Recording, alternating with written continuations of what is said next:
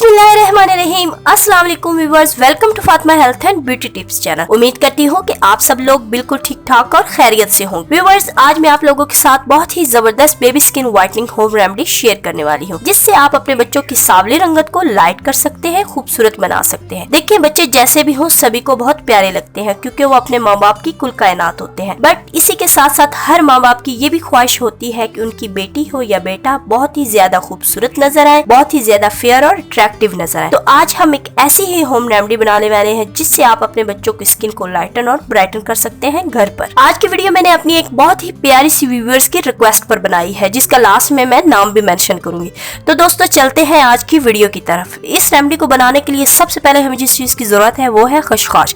खसखस को अपने लेकर इसे धो लेना है, ताकि इसकी डस्ट वगैरह साफ हो जाए। इसे ड्राई करके ग्राइंडर में पीस लेना है और इसका पाउडर तैयार कर लेना है। फिर इसे छन्नी की मदद से छान ले और इसका बारीक सा पाउडर तैयार कर ले। ये हमने लेना है 1 चम्मच। और नेक्स्ट चीज जिसकी जरूरत होगी वो है गेहूं का आटा यानी गंदम का आटा। ये भी हम लेंगे 1 चम्मच। और तीसरी चीज जो हम लेंगे वो है कॉर्नफ्लोर यानी मैदा।